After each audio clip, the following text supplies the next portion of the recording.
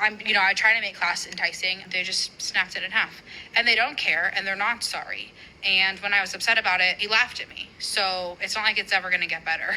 We are losing childcare workers, teachers, and educators in numbers we don't know how to deal with. I beg of you. Today, I want to talk about this woman who shared with us a story of how her high school students were taking the items she bought with her money for them and breaking them in front of her and laughing because they thought it was hilarious when she was upset. Because that, on top of the teacher we talked about who went viral because she was going to file a police report against her own students, stealing her stuff, and the fact that I used to work in the childcare industry and left, I want to dive into this. So as always, make sure you like, rage, comment, repost, and follow along for more. But this is a problem. Your children are a problem. And we can sit here and blame capitalism and all those other side factors that do make everything more difficult all day long. But at the end of the day, they're not getting properly disciplined at home. This woman shared a story about how over the summer, she went to the store with her own money and bought some stuff to use with her high school students, one of the things being these plastic wands just for a fun game in class. Because also apparently they refuse to participate unless learning is fun all the time now. And they just started breaking them in front of her and laughing in her face when she was upset about it.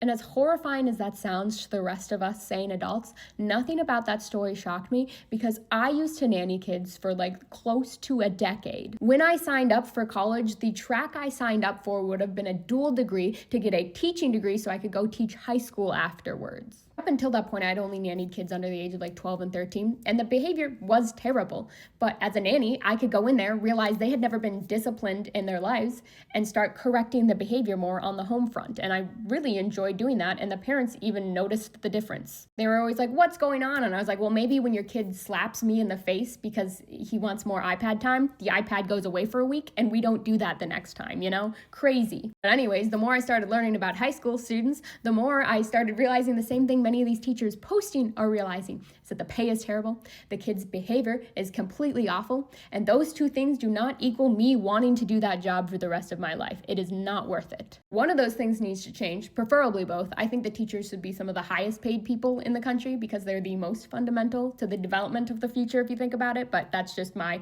hot take, might be too hot for right now. Yeah, it's very obvious the reason that these high schoolers are so comfortable destroying your property and then laughing in your face about it is because growing up, there weren't consequences for their actions in their home. And that is one of the reasons I frequently think of going back to nannying as a side gig, because if you think I can fight these men in my DMs, watch me nanny 911 an 8-year-old throwing a fit at the dinner table. Dude, I promised you dessert if you could eat your vegetables and do your chores. Your 6-year-old sister accomplished that. I did. So now you get to sit and watch us eat dessert, and your screaming doesn't change the fact that that's still not done for you. So until you do that, you don't get any. Now it's bedtime, so I guess we'll try again tomorrow.